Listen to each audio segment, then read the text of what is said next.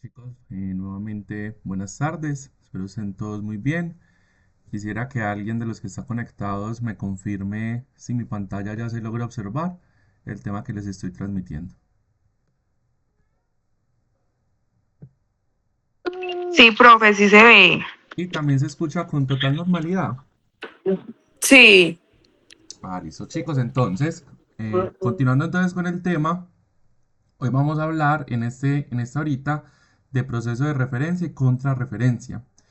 La idea es pues que una vez terminemos, yo ya tengo acá grabando el dispositivo, no sé si alcanzaron a ver ayer alguien entró a YouTube, todo está normal, alguien entró y vio la grabación de ayer.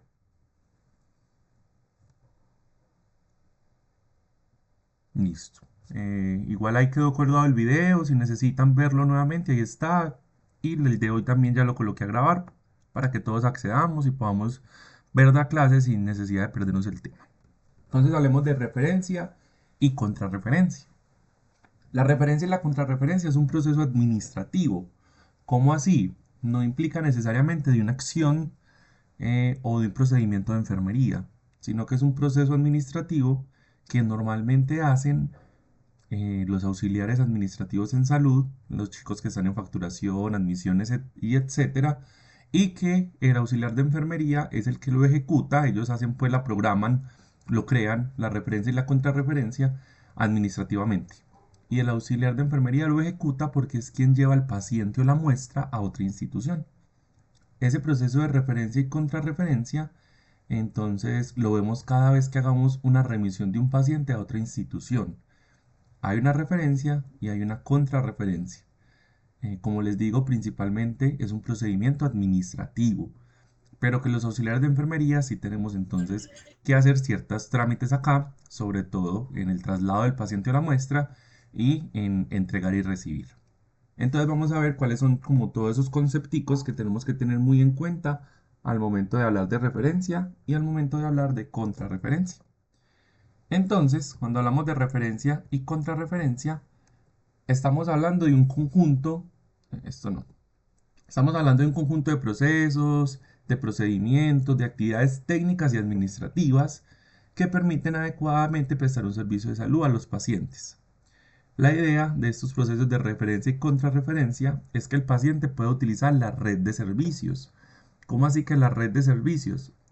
En en la zona, en el departamento, en la subregión, nosotros vamos a tener una red de prestación de servicios y es un conjunto de hospitales o de IPS que están ubicadas en el mismo espacio geográfico, por ejemplo en el Nordeste o en Antioquia, y trabajan de manera organizada y coordinada para que el paciente pueda pasar de un servicio a otro servicio, de un hospital a otro hospital. No es como que uno llega ya con el paciente y nadie sabía nada, sino que se supone que internamente se intercomunican entre esas redes de prestación de servicios para que todo fluya de una manera organizada. Eso es una red de prestación de servicios entonces, y con ellos se puede hacer el proceso de referencia y contrarreferencia. Vamos entonces a hablar de cada uno, de qué es una referencia y de qué es una contrarreferencia. Hablemos entonces de la referencia. Cada vez que yo hablo de referencia, que hice una referencia en el sistema de salud de nuestro país, es el envío de usuarios o de elementos de ayuda diagnóstica por parte de una institución a otra. Quiere decir, yo puedo mandar mi paciente de mi institución a otra.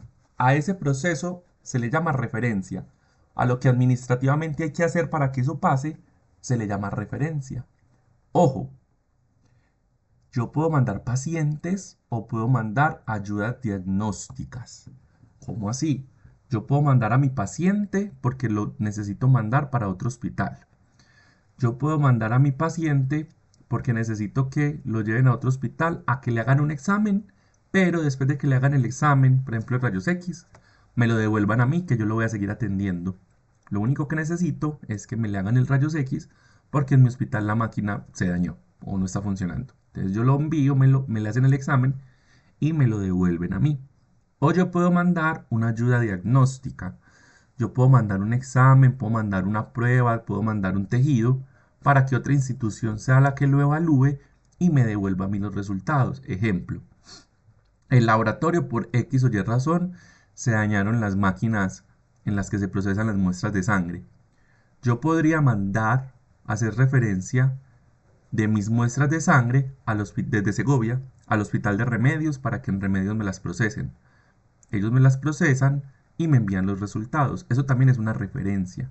Entonces la referencia es cuando yo envío ya sea pacientes o ayudas diagnósticas de una institución a otra.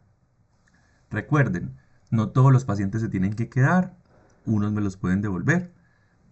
Lo que yo quiero que tengan claro es que referencia es el envío. Cuando yo utilizo el término referencia es que envíe, ya sea un paciente o una ayuda diagnóstica. ¿Es claro el proceso de referencia? Sí, Listo. Sí, profe. Ese proceso de referencia es un procedimiento administrativo. Quiere decir, yo no puedo mandar, simplemente como, ay, sí, vaya para allá y lleve este paciente. Sino que cuando hablamos de referencias, porque estas personas que trabajan en admisiones, en facturación, internamente entre clínica y clínica, hospital a hospital, hicieron un proceso administrativo para que a mí me reciban ese paciente allá, para que ya cuando llegue tenga cama, cuando llegue ya haya quien lo reciba.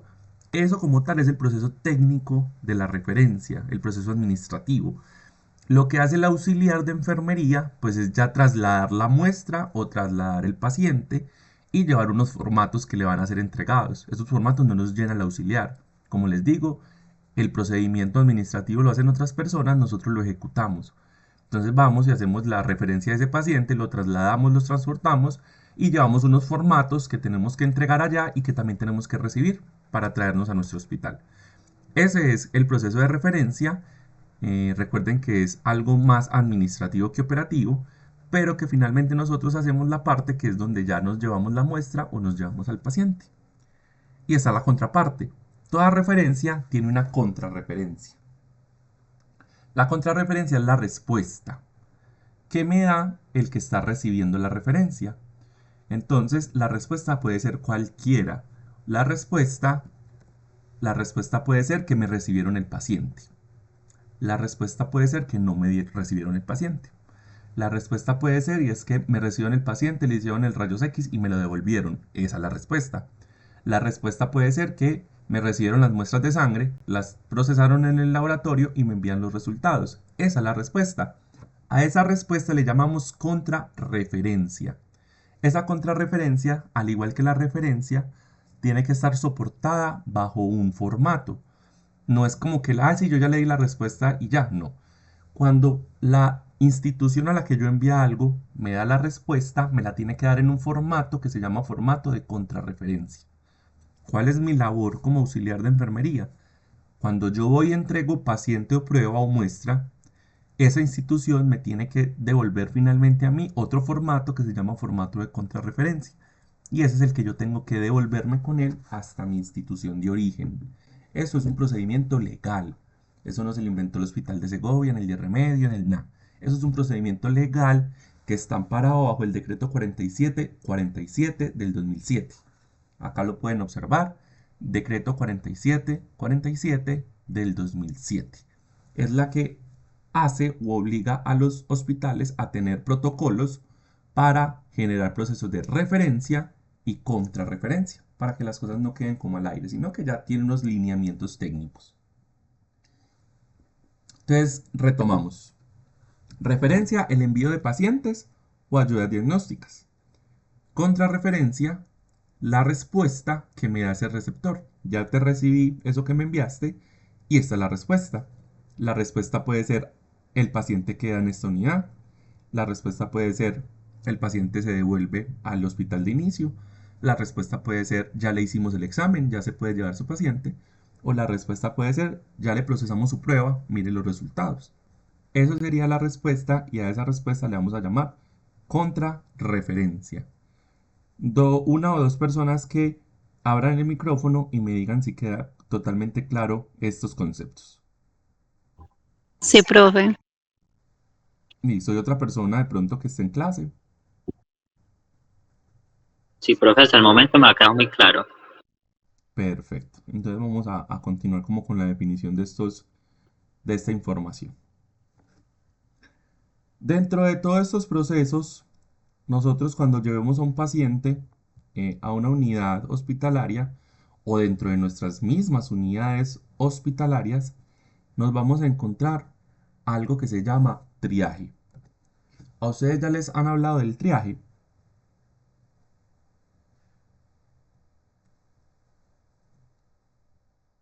Sí, profe, el triaje sí, he tenido muy claro.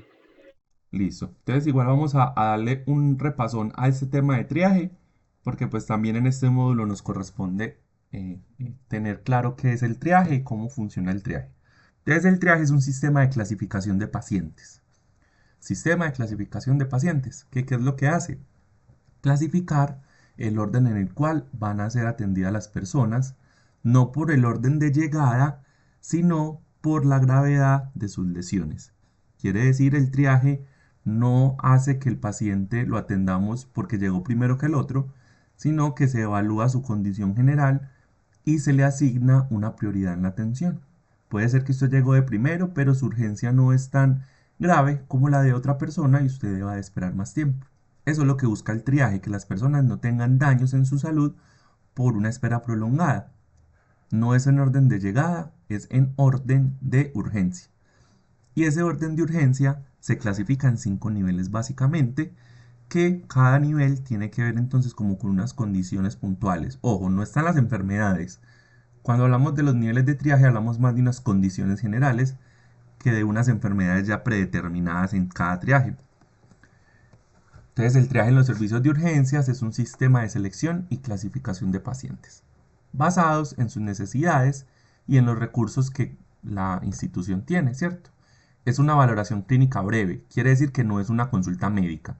De hecho, en hospitales de nivel 1, ustedes como auxiliares de enfermería pueden hacer triaje. ¿Quiénes pueden hacer triaje en un nivel 1? El auxiliar de enfermería, el paramédico, el médico, el enfermero profesional. Pueden hacer triaje en hospitales 1. El triaje simplemente es una valoración rápida, clínica breve, donde yo recibo al paciente, le pregunto cuál es el motivo de la consulta, valoro signos vitales y examino cositas rápidamente que yo pueda considerar que son o no son importantes, pero no es una consulta. De hecho, en triaje, el triaje duraría aproximadamente 5 minutos. Es, ¿qué te pasó? Ven, te reviso rápidamente, verifico tu condición de salud general, no la puntual, en general, y si tu riesgo de perder la vida es alto, mediano, bajo, entonces se va a dar una clasificación. Entonces, el traje puede cambiar, chicos. No porque ustedes hayan triagizado una persona en triaje 3, siempre va a ser triaje 3. Puede ser que mientras la persona espera, evolucione su enfermedad y se convierta en un triaje 2, que haya sí sale una atención mucho más rápida. Entonces el triaje lo deberíamos estar realizando de forma constante. ¿Cómo así? Si yo hice el triaje, yo debería reevaluar a los pacientes que llevan esperando. ¿Cuánto? No sé, llevan esperando más de una hora. Yo los debería reevaluar para mirar si continúa haciendo el triaje que yo le di o si cambió. Porque puede ser que la persona se agravó o puede ser que la persona pues mejoró, ¿cierto? Entonces, esto es algo que por ley se debería de hacer, que en las instituciones muy pocas veces se ve, les doy toda la razón. Desconozco totalmente si en el triaje de Segovia Remedios realizan reevaluaciones, porque nunca he consultado, pero en varios sitios de consulta de acá, de pronto en los que yo como paciente he ido, he visto que en algunos sí me hacen reevaluación y es que cuando ya llevo un tiempo prudente esperando, nuevamente me llaman a triaje y nuevamente me valoran signos vitales, a ver cómo sigo y si empeoré entonces me dan una nueva clasificación.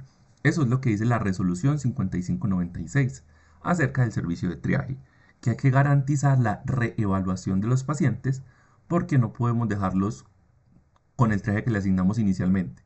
Si nos estamos demorando en la atención, los tenemos que reevaluar para mirar que continúen estables o no.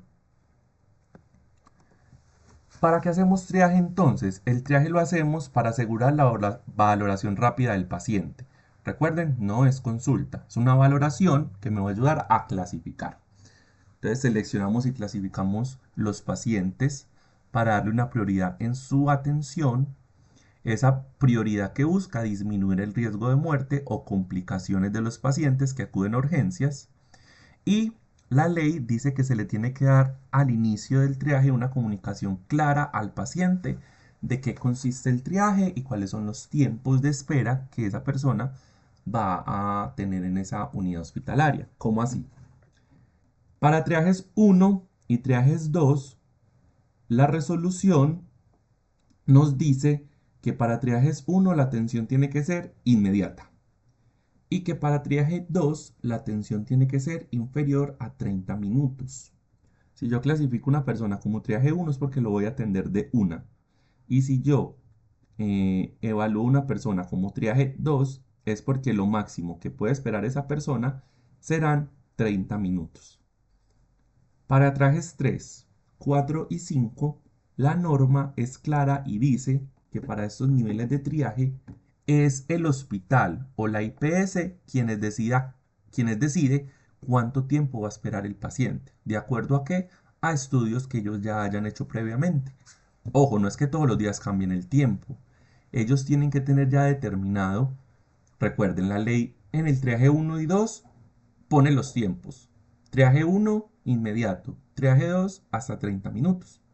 Para triajes 3, 4 y 5, la ley dice cada IPS asignará un tiempo de espera. Pero ese tiempo de espera tiene que estar asignado, no es que lo cambien todos los días, y tiene que estar publicado y visible. Entonces tiene que haber una cartelera donde están los niveles de triaje y cuánto pueden esperar por cada nivel de atención. Si bien la IPS lo puede definir, en los triajes 3 van a esperar hasta 4 horas, los triajes 4 pueden esperar hasta 8 horas, la institución decide, pero tiene que tenerlo publicado. Y además, cuando usted sale de triaje, a usted le tuvieron que haber dicho cuál es su clasificación y cuánto tiempo puede estar esperándose aproximadamente. Sé que eso tampoco pasa mucho. Sé que uno simplemente le hacen el triaje y pues lo mandan a esperar y nadie le dice nada más. Pero la norma, y yo les enseño desde lo legal, la norma es muy clara y dice que al paciente se le tiene que informar el nivel del triaje y el tiempo que va a esperar. Esto con el fin de que conozca desde el inicio que va a permanecer un tiempo en urgencias y no simplemente siéntese y nadie me dice nada y yo espero, entonces me molesto y me salgo de control. Entonces, para que ustedes lo tengan en cuenta cuando hagan triaje, que a las personas hay que decirles, hay que explicarles que no se atiende por orden de llegada, por orden de urgencia y que quedó clasificada de la siguiente manera y que puede esperar tanto tiempo. Y así la persona ya de entrada sabe que hasta ese tiempo puede esperar. ¿Cuáles son entonces esas 5 categorías que dice la resolución 5596? Esas 5 categorías, entonces es triaje 1, traje 2, traje 3, traje 4 y traje 5. No es por colores. Normalmente les ponen colores. Al 1 le colocamos rojo, al 2 le colocamos naranjado, al 3 amarillo, al 4 le colocamos azulito o verde y así sucesivamente, que es como colores de riesgo, pues como asociándolos a un semáforo, pero realmente la ley no habla de colores, no tiene ninguna identificación de colores. Lo que me habla de niveles, traje 1, traje 2, traje 3, traje 4 y traje 5. Donde triaje 1 es aquella persona que requiere atención inmediata porque su condición clínica representa un riesgo vital y puede perder la vida, o necesita maniobras de reanimación porque está en paro, o llega por ejemplo con una herida que si no es atendida de inmediato puede perder la vida, por ejemplo la pérdida de un órgano, la pérdida de una extremidad, algo que le está generando que si no lo atendo ya se puede morir ahí mismo en ese momento. Ese es el triaje 1. ¿Cuáles son los ejemplos de triaje 1? Una persona que entra en paro y hay que reanimarla. Una persona que llega con una amputación y hay que controlar ese sangrado. Una persona que llega con una hemorragia y hay que controlar ese sangrado. Una persona que llega con un órgano afuera. No se le dieron una puñalada en el estómago y le salió algún órgano. Hay que atenderlo de inmediatamente. Y las personas con abuso sexual reciente. O sea, aquellas personas que han sido abusadas sexualmente y que el abuso sexual ocurrió máximo hace 72 horas y que podemos todavía recolectar muestras de ese abuso sexual. Ahí es donde el médico va a tener entonces máximo 72 horas para revisar canal vaginal, canal oral, si hay signos de maltrato, si hay secreciones, si hay fluidos. Por lo tanto, es abuso sexual reciente. Aunque la persona no se está muriendo, por decirlo así, como un abuso sexual y médicamente y legalmente hay que tomar unas muestras, tenemos que pasarlo de triaje 1 para poder tomar esas muestras antes de que desaparezcan.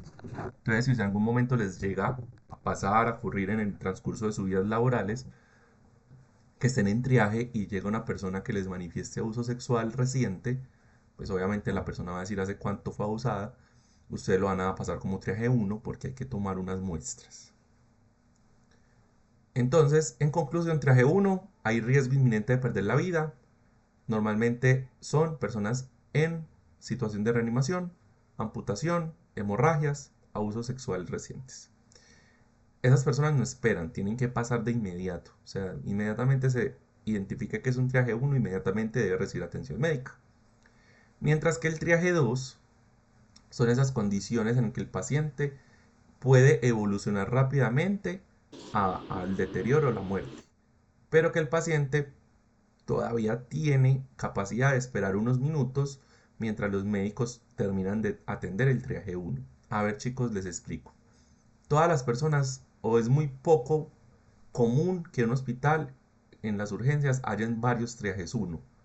Normalmente pues los triajes 1 son pocos, o tiene que estar pues el turno muy salado para que hayan varios triajes 1.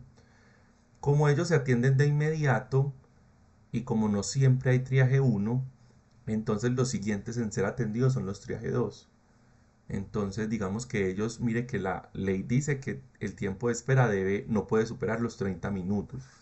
Y normalmente se atienden muy rápido. No hay pues como problema con ellos, porque como les digo, triaje 1, pues no es tan común que todos estén en triaje 1. Pues habrá uno y no en todo el turno.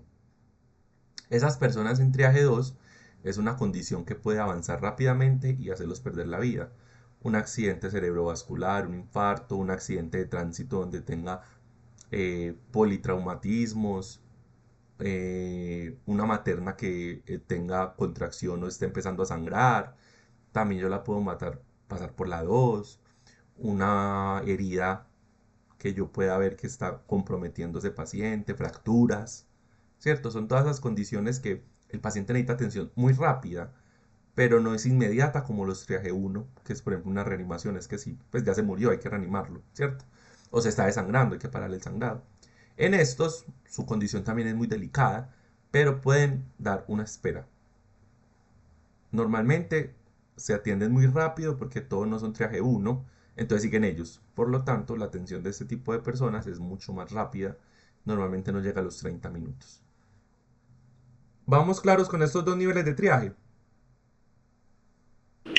Sí, sí, profe. Listo, entonces continuamos con los triajes de nivel 3 o los triajes 3, que es cuando aquella persona que está consultando, en efecto, necesita tomar unas medidas diagnósticas y terapéuticas. O sea, necesita exámenes, necesita medicamentos porque tiene dolor, porque sí está enfermo, pero que no se va a morir de eso. O sea, su condición sí le representa malestar, dolor, incomodidad, etcétera, pero no es una condición o no es una patología que lo va a hacer perder su vida. Por ejemplo, voy con diarrea, voy con migraña, voy porque me torcí el tobillo o me lo esguincé, voy porque se me salió la rodilla o me la luxé. Son condiciones que pues sí necesitan atención porque tengo mucho dolor, estoy muy enfermo, necesito exámenes de laboratorio, tengo fiebre, estoy vomitando. Todo ese tipo de situaciones que es la que casi todo mundo va a urgencias. Esas situaciones sí se atienden por TAD3 porque necesitan tratamiento, pero son personas que van a esperar porque yo primero atiendo triaje 1 y 2. Cuando ya no tenga triaje 1 y 2, entonces empiezo a atender las personas que estén categorizadas en 3. Estos pacientes entonces necesitan tratamiento, pueden necesitar ayudas diagnósticas, pero no se van a morir porque esperen a la atención. Están incómodos, están molestos, insatisfechos porque pues, quisieran que el dolor desapareciera ya, pero finalmente no se van a morir y eso es la característica para yo llevarlos a un triaje 3. Como les digo, una migraña, una diarrea, un malestar general, vómitos, fiebres. Ese tipo de situaciones no me va a colocar en riesgo la vida. Me hace sentir maluco, necesito medicamentos, pero debo de esperar. Mientras que en el triaje 4 voy a meter o voy a enviar pacientes que no tienen ningún compromiso médico y que pueden consultar por cita prioritaria, o sea que no tienen una urgencia. Son aquellas condiciones o enfermedades en que el paciente sí necesita que lo valore un médico, sí, pero que definitivamente no debería estar en un servicio de urgencias porque no es una urgencia. Por ejemplo, es que llevo 5 días con una diarrea leve. Eso se va para una consulta prioritaria. Es que tengo mucha gripa. Eso se puede ir para una consulta prioritaria. Cualquier otra consulta, chicos, que ustedes, el paciente les dice por qué consultan y le toman los signos vitales y todo está bien. Y ven que el paciente no está impedido, que puede caminar, que se puede mover, que no está tan mal como para tenerlo que tener en urgencias, sino que está en una condición muy estable. ¿Yo cómo sé eso, chicos? Signos vitales. Yo tomo signos vitales y todo está normal. Es un paciente que puede esperar, que se puede ir por una prioritaria. No sé si el hospital de allá y ustedes me contarán, tiene el sistema de citas prioritarias. Si no lo tiene, entonces posiblemente lo dejan ahí en triaje 3 porque no hay una cita prioritaria. Porque este paciente de triaje 4 debe salir con cita prioritaria. Cuéntenme allá cómo se maneja. Sí, profe, sí Sí, hay. profe, acá hay citas prioritarias. Listo. Entonces, la ley dice que el triaje 4, si bien no lo atendemos en urgencias, le tenemos que garantizar atención en las próximas 24 horas. Quiere decir, ese paciente tiene que salir con una cita de ahí, para que en la cita prioritaria le hagan la atención. O sea que tiene hasta 24 horas para que el hospital le garantice atención. Normalmente no los dejamos en urgencias, sino que te retiras, te vas con esta cita y ya simplemente consultas. Mientras que los triajes 5 son los pacientes que no tienen ninguna condición clínica relacionada a un problema, sino que van a consultar por cualquier otra cosa. Motivo de la consulta. Porque es que ya salieron unos exámenes y quiero que me los lea. Eso no es una urgencia, eso no es una consulta. Pida una cita con el médico. Es que se me acabó el medicamento. Es que tengo pendiente una autorización. O sea, cosas que la gente va y no tienen como tal una necesidad de atención, sino que van a hacer un trámite administrativo o van a que lo revisen o van a que le hagan un seguimiento. Por ejemplo, uno no va a urgencias a que le quiten los puntos de una sutura. Entonces, ese tipo de pacientes, lo que hay que hacer es que en admisiones, pues después del triaje, en admisiones le dicen como no, pues pide una consulta médica para que el médico sea el que te ayude con eso. Pero tu condición no tiene nada que ver con un servicio de urgencias. Que urgencias, desafortunadamente los colombianos lo hemos entendido muy mal, creemos que es el servicio de consulta externa, no. Urgencias es un sitio donde yo debería ir si mi vida definitivamente está en riesgo. Pero en Colombia lo cogimos de consulta externa. Necesito un médico muy por urgencias. Y por eso tenemos los servicios tan colapsados. Chicos, esta segunda parte de triaje, yo sé que ya la habían visto, pues yo lo tenía que tocar. ¿Aprendieron algo nuevo de lo que les acabé de hablar? Sí, profesor, sí. Listo, ¿qué más les cuento de triaje? En hospitales de nivel 1, el triaje lo van a hacer o auxiliares de enfermería bajo supervisión médica, o médicos, o enfermeros profesionales. En niveles 2, 3 y 4, el triaje tiene que ser realizado por médico o enfermero profesional. Aquí ya no puede ser ni por auxiliares de enfermería ni por paramédicos. En el nivel 1, perdón, sí puede ser auxiliares de enfermería, paramédicos, médicos y jefes de enfermería. Ahí sí lo pueden hacer todos. Pero en los otros niveles de atención, como se supone que son urgencias más complejas, por eso me voy por un nivel 2 y un nivel 3, porque necesito especialistas o porque la condición es más compleja, entonces solamente el médico como profesional o el enfermero profesional son los que pueden realizar los servicios de triaje. Eh, Continuemos entonces. Centros Reguladores de Urgencias y Emergencias CRUE. ¿Qué es eso?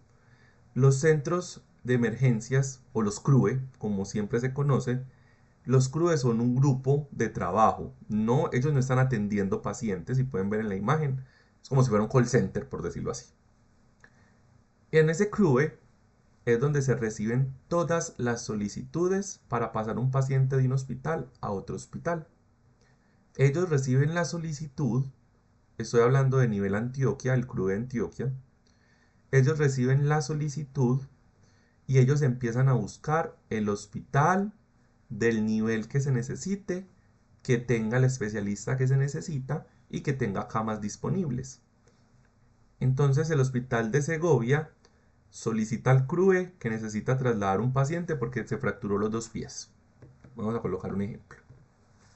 Entonces el CRUE, ¿de qué se va a encargar? En la red de prestaciones de nuestro departamento, obviamente tratando de que quede lo más cercano posible a la zona de vivienda del paciente, va a ubicar un hospital que cuente con servicio de ortopedia y de cirugía ortopédica, porque ese paciente pues va a necesitar ese servicio. Entonces empieza a buscar en qué hospital hay camas y servicio disponible. Y ellos se encargan de responderle al hospital de Segovia hacia qué hospital van a dirigir a ese paciente. No es que lo quiera llevar donde quiera, sino que ese paciente debe ir referenciado, o sea, ya sabe para dónde va y dónde va a llegar ese paciente. A veces los médicos lo que hacen es una alta voluntaria, por decirlo así, una especie de alta voluntaria, donde le dicen al paciente, vean, no han contestado su solicitud, entonces retírese de ese hospital y por sus propios medios váyase a consultar a tal hospital. Ahí el hospital ya no tiene nada que ver, es usted el que se está retirando, a veces los médicos se lo sugieren, y le dicen, y váyase para allá y entrase por urgencias, porque no te pueden devolver. Pero se está corriendo un riesgo de que en el transcurso de este hospital del que usted se salió al otro hospital, mientras llega, le pase algo. Entonces también hay que tener muy en cuenta de cuando vayan a hacer eso, el estado de salud del paciente si es capaz de resistir o mejor quedan esperando hasta que le hagan el traslado por ambulancia. Hay otros médicos que como no han recibido respuestas del CRUE, ellos lo que hacen es que montan al paciente en ambulancia y se lo llevan. Que eso sí pasa, personalmente me ha pasado. Y lo que hacen es que empiezan a entrar a instituciones. Pero ojo, esas instituciones no tienen la obligación de recibir ese paciente porque no va referenciado. Esas instituciones lo que tienen la obligación de hacer es el triaje. Ellos, cada vez que llegue un paciente a urgencias, hay que hacerle triaje, no lo podemos devolver sin triaje. Entonces el médico llega, por ejemplo, se va de Segovia y se mete para Yolombó y mete al paciente a triaje. Y el de triaje de Yolombó va a decidir si reciben ese paciente ahí o no. Y eso es un riesgo. El médico también le explica muy bien a los familiares y al paciente, yo me voy con usted a buscar dónde nos dejan meter, a buscar dónde nos vamos a ingresar. Normalmente si el médico hizo eso y tomó esa decisión es porque el paciente se iba maluco. Entonces normalmente se los terminan recibiendo.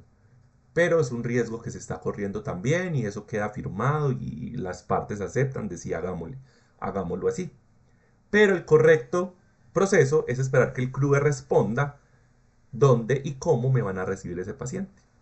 Una vez el CRUE responda, ya la EPS, la entidad promotora de salud, o sea, los que administran la platica, le autorizan a ese hospital, por ejemplo, sigamos con el de Segovia, listo, Segovia ya buscó el cupo con el CRUE ya le respondió.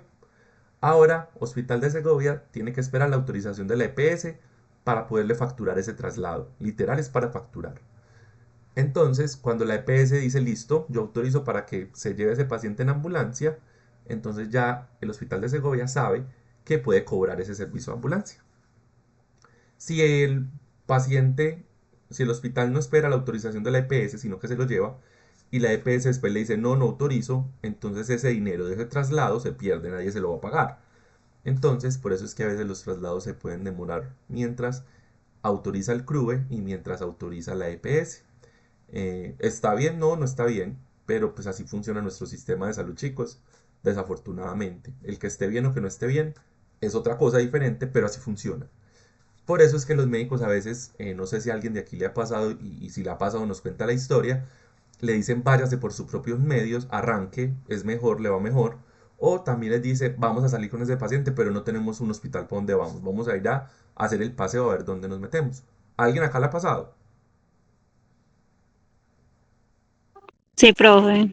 Contanos. Por ejemplo, la otra vez la prima mía pues tuvo un accidente y ella pues tuvo una fractura en, en la tibia, Sí. pero estaban buscando pues como me parece que era Río Negro y nada, esa muchacha pues era allá y ellos decían que hasta que no hubiera, pues que no tenía quien la recibiera allá, ellos no notaban pues como bien respuesta cuál era la falta que estaban esperando. Simplemente decían que no podían encontrar dónde pasarla y que así no se podía remitir, que porque tenían que organizar quién la recibiera y dónde acomodarla, que porque en unas partes habían encontrado pues el cirujano, pero que no, que estaban pues como, ¿cómo se llaman las habitaciones? Pues no había dónde, o sea, sí había quien le hiciera la cirugía, pero no había dónde, sí, acomodarla. Ok, no En habían otras partes, unidades para ajá, recibirla. sí, y en otras era pues lo contrario. Sí había dónde acomodarla, pero no había quien. La En todo especialidad. caso, sí, al cuarto día, pues ya como el esposo ya pues trabajaban en la empresa, pues yo les tocó particular ir a Medellín y buscar allá, porque nada, esa muchacha era con el pie hinchado. O O sea, sea, hicieron un ya. traslado, hicieron una alta voluntaria, se salieron del hospital de Segovia y se fueron por sus Sí, propios medios. sí, tocó así porque ya era el cuarto día y nada, y ella ya no aguantaba el dolor. Y el médico les recomendó hacer eso. No, ellos dijeron que tenía que esperar, pero que no sabía si se podía llevar una semana o se podían llevar más, pero ya el dolor pues no lo aguantaba pues debido a la fractura. Y ellos, el doctor lo que dijo fue que a él le salía de las manos, que él así no podía hacer nada, que porque tenía que estar acomodadas bien, que porque si la llevaban pues donde estaba pues el cirujano, que luego donde le iban pues como a tener. Incluso a mí también me pasó una vez con mi esposo. Él tenía una hernia inguinal y tenía pues que remitirlo para operación, pero a él lo remitieron y no habían avisado. Eso fue en Yolombó. Nosotros llegamos allá a Yolombó y no había dónde acomodarlo. A él le tocó, ahí nos tocó fue en el pasillo, o sea, estaba a la orden, incluso fue con una enfermera que fue con nosotros en la ambulancia porque él se puso muy mal y nos tocó pues todo el día ya, toda la noche, nosotros llegamos como tipo 7:30 y nos tocó amanecer ahí sentados hasta que ellos organizaran dónde organizarlo para la cirugía. Sí, hasta que hubo un espacio disponible, pero bueno, al menos se los aceptaron, que eso ya es la mitad del trabajo. Ujú. No, Ento- y eso que, profe, mal porque incluso él trabaja en la empresa y paga salud y ni así, o sea, ni así organizaron bien las cosas. no, es que esto es horrible, la verdad el sistema de salud pues nunca ha funcionado, la verdad, yo soy detractor totalmente del sistema de salud y todavía está peor. Entonces esto está bastante Profe, difícil. a mi mamá perdón, cuando le dio el derrame cerebral, como no había cama en ningún hospital para recibirla, nos fuimos así con los médicos y las enfermeras, que porque se moría, que no sé qué. ¿Puede creer usted que nos vinieran a recibir a las 4 de la mañana en el neurológico de Antioquia? No Sí, había dónde meterla. sí, eso es un riesgo. Por ejemplo, mira que la experiencia ya tuya puntualmente fue, el médico dijo, venga, vamos a buscar a dónde podemos, porque como no sale la autorización, si se queda acá se va a complicar, venga, busquemos dónde meterla. Y pues eso no es el deber ser, pero es una opción que se le da a las personas, porque pues tampoco se trata de dejarlos ahí esperando, ¿cierto? Entonces cuando uno ve que esto no avanza, entonces toca así, toca una de esas dos, váyase por sus medios o venga, vámonos y miremos a ver dónde nos reciben, porque pues, ¿qué más vamos a hacer? Toca así. Por ejemplo, a mí personalmente, mi papá, pues mi familia toda vivía allá en Segovia, en la Cruzada. Y mi papá una vez estaba en sepsis, tenía un shock séptico. Yo con ustedes vi shock, sí. Bueno, tenía un shock séptico, tenía una infección regada por todo el cuerpo. Y la doctora me dijo, venga, es que pues, hace rato estoy pidiendo un nivel 3 donde haya un infectólogo. No nos han dado respuesta a su papá. Si yo lo sigo dejando acá, su papá se va a morir. ¿Qué hacemos? Nos vamos en la ambulancia a ver dónde nos lo reciben. Sí, venga, vámonos, arranquemos. Y arrancamos y en el hospital Pablo Tobón entramos y a mí me lo dejaron y lo metieron a, a UCI de una.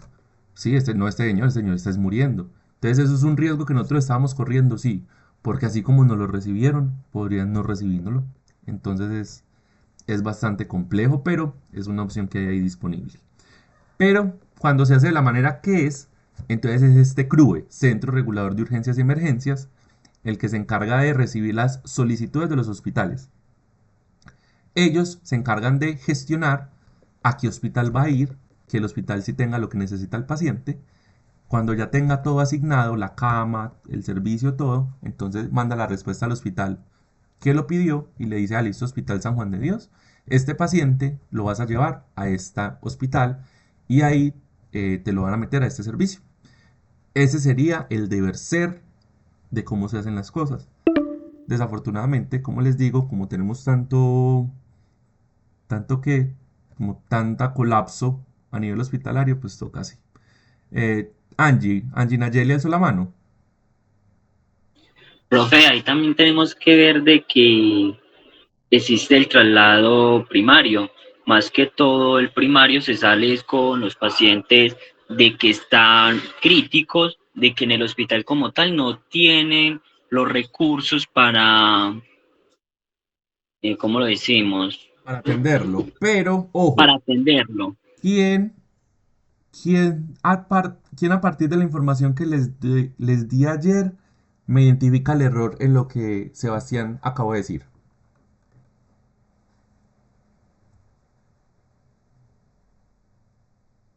Na- Profe,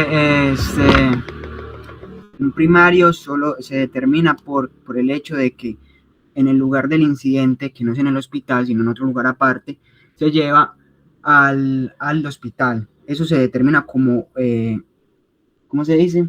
como primario. Como primario, bien. Y Y el el que dice secundario es Sebastián, de hospital entonces, a ¿cuál es el hospital. término correcto?